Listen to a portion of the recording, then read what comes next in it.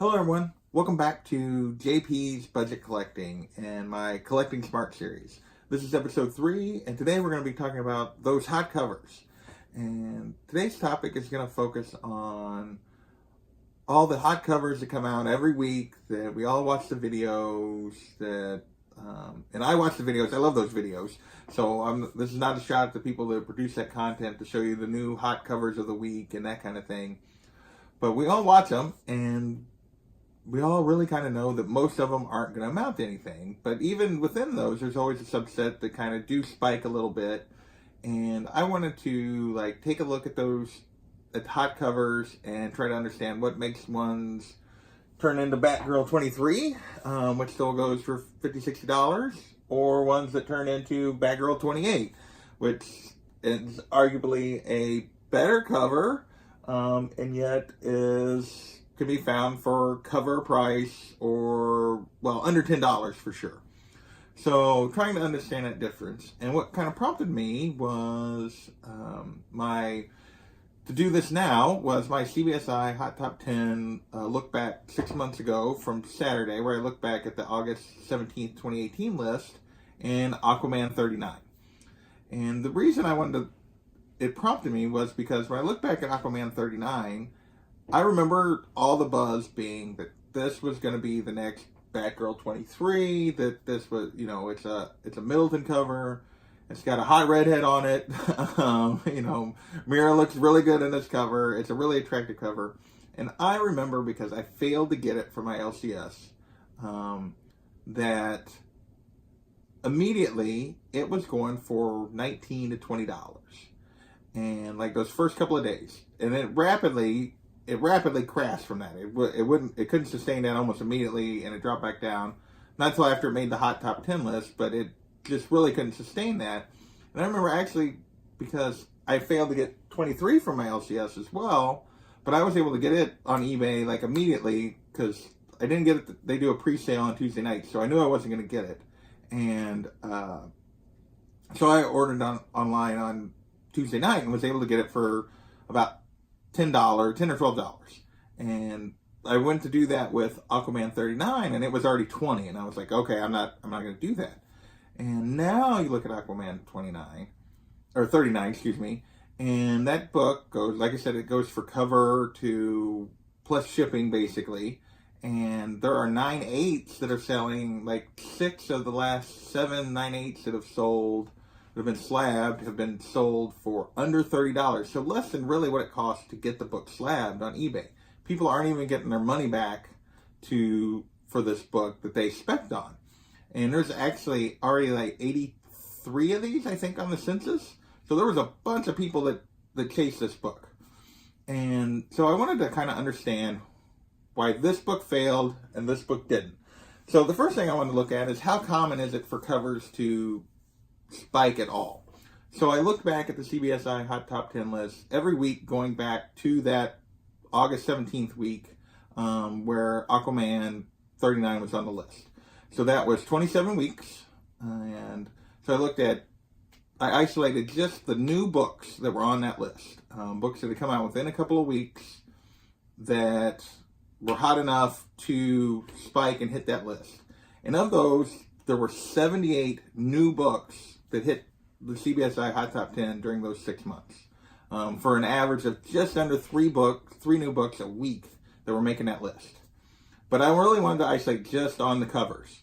So I subtracted out the indie books that were hot, not because they were of their cover, but because they were a hot indie book. I pulled out the NYCC convention exclusives. I pulled out ones that were clearly there for the story reasons, and air copies, and so on and so forth. So that got me down to 44 books that I felt like were on the list mostly because of the cover. And so that's still 1.5 books a week. So on 27 weeks, that's still 1.5 books a week that were hitting that list because of cover. So then I separated it again, and I'm going to talk about the incentive. I took the incentives and the regular covers, because Batgirl 23 was just a regular variant, regularly priced variant, and so was Aquaman 39. So I wanted to look first at those regular variants.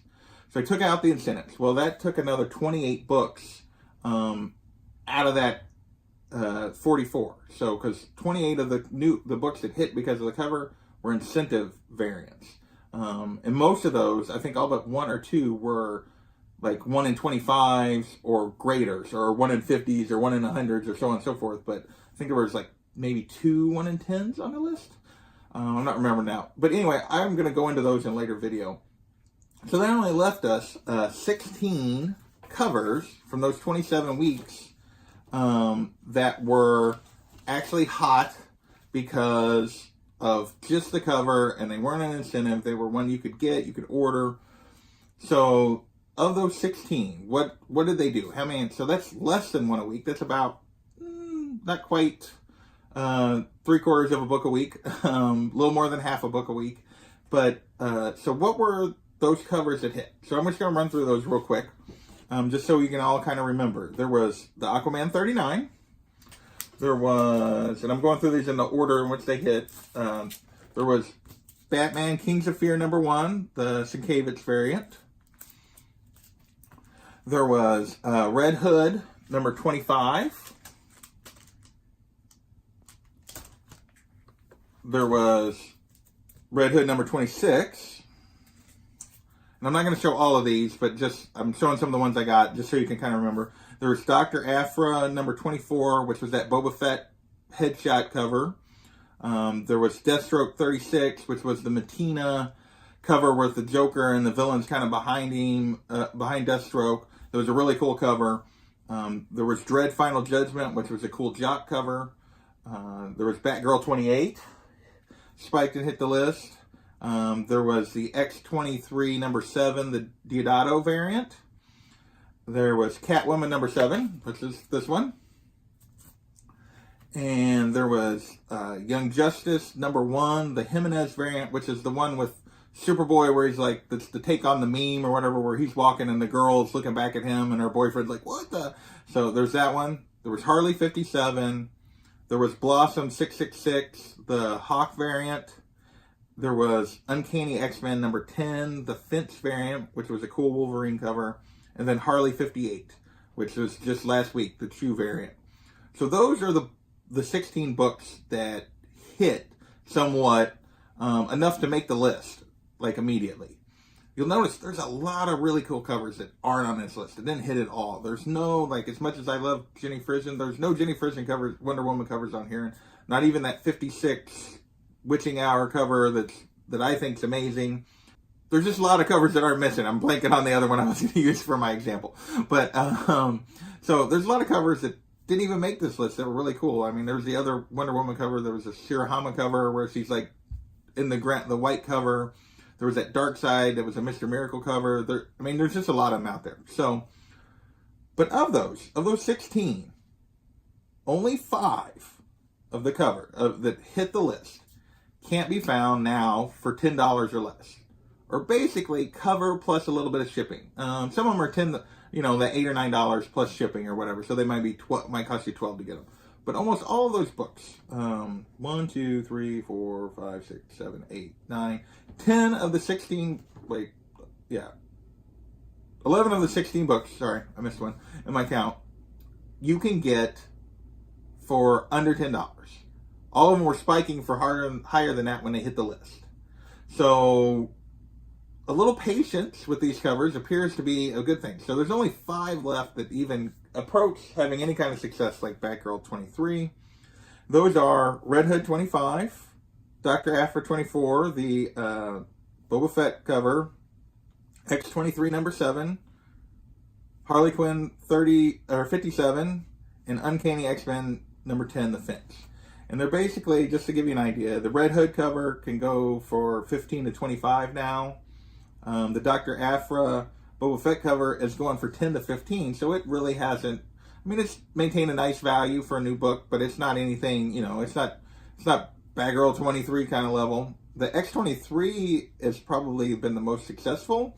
It's still going for $25 to $30, but it has come back a little bit. There early on, it was going for $30 to $40 at one point. The Harley Quinn 57 has come back a little bit. It's still going for $20 to $30. It was pushing that $30 to $35 range there for a minute, but it's sitting solidly in the $20 to $30 range, and then the Finch Wolverine cover is going for $15 to $25. So none of these have reached the $50 to $60 kind of Batgirl 23. So given that for the most part it's very obvious, and we all knew it, a little patience with these covers is going to be your virtue. But how do you identify what are the factors that allow this to take off and books like this to not? And the first thing I can think of is early hype. Meaning, how early does the cover get out there? How long in advance of the order cutoff date do we see the cover and does hype start building? And the example I'm going to use for that real quick is I'm going to go back to these two books. These are both Yasmin Putri covers. This is 25 and this is 26. And I remember no hype about this cover. This is the one that actually still maintains value. And this is the one that can be had for basically cover price. And I remember this book, I remember seeing for months in advance of when it was coming out. That, she had put it out there, people were going crazy for it. People ordered it. The people that wanted it ordered it. This book had zero hype. People didn't really know about it. And I think it didn't come out till late. It may not even, you may not even really start seeing images till right before the deadline or maybe even after. So there wasn't as many of these ordered. As a result, there was a higher demand for it. It actually was able to maintain the value. And I think that carries over a little bit with the Batgirl 23. I don't remember seeing it. Whereas, the 28, we had several weeks of lead notice, and people knew about Middleton on Batgirl at that point. So I think that's one of the big things. And sometimes I think it's just some covers catch people's eyes and some don't. The Harley 57, I do remember seeing that before, but well before the deadline to order it. And yet, I thought, oh, it's nice. And I really didn't hear much hype on it. Even I think the Tuesday night before it hit eBay, or before it came out, I remember looking on eBay and it was going for people want $10, $12 for it. And it wasn't until it came out and the numbers were just limited, I guess, enough, and it just kind of took off. And it's maintained. But I do think, but the X23 number 7, I remember that book I didn't see till right before the deadline. I didn't see any images. I tried to get my comic shop to order it for me. They couldn't. It was, by the time they got my message and stuff, they didn't get it ordered. They didn't get one. I didn't get one, and that book took off. And I think that was another case of where the cover, people latched onto it, and it was a little bit late, so order numbers were a little bit down. I think those are the things that drive it. Long term, I think Batgirl 23 is going to take a place, up there with the Amazing Spider-Man 601 and the Batgirl 12, the Art Germ cover. I don't know that it'll ever reach, Catwoman 51, Adam Hughes level, but I think it's a book that's going to maintain. But realistically, these are unicorns. They're not books that, you can consistently predict, in my opinion. There's some covers you see that are just fantastic, but if they're ordered in enough numbers, if people don't, latch onto them for some reason, it's not going to matter. So I just don't think that's a good way to chase those covers. Buying 4 copies of Aquaman 39 because it's going to be the next Batgirl 23, it's just not a smart way necessarily to spend your money. So it comes back to the same thing these are probably all going to come back to. Collect what you like. If you see a hot cover and you want it because it's a hot cover, then get it. Especially if you can get it for cover price. If you want a hot cover and you can't get it immediately, your store doesn't have it, or they sell out before you get it, and it's not an incentive, it's a regular variant, the odds are, if you're patient, it'll come back to you where you can get it for a price that maybe not cover, but $5 to $10 seems to be pretty common. And even a book like that Harley Quinn 57, it can be had for $20 at this point. It was a hot book a month ago. It has come back a little bit. It's kind of stabilized around that 20 to 25 range. So that's not if you really want it, that's not a crazy amount to spend even for a new book. But whereas it was going for $30, $35. So it has come back a little bit. So I think that's just the message, is not one that's probably life-changing or new to anybody, but just be patient. And most of these books are going to come back to you where you're going to have another opportunity to get them, even if you miss them when they're the hot cover of the week. So with that, I'm going to wrap this up. I want to thank everybody for joining me. Hit that like button if you enjoyed what you saw. If you didn't, hit the down thumb, and maybe leave me a comment. Let me know how I can make this better, and hit the subscribe button. I really appreciate all the people that have subscribed so far, and we will talk to you later. Bye.